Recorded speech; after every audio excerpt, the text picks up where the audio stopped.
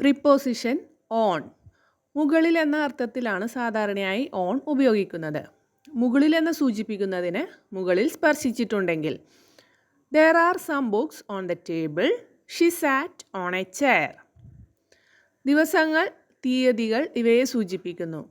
Gandhiji was born on 2nd October 1869. I visit library on Sundays. She watched the movie on Monday. സഞ്ചരിച്ചുകൊണ്ടിരിക്കുന്ന ഒരു വാഹനത്തെ സൂചിപ്പിക്കാനും on ഉപയോഗിക്കുന്നു. They are on the bus to Trivandrum. On is used to indicate a topic. She is writing an essay on the new economic policy.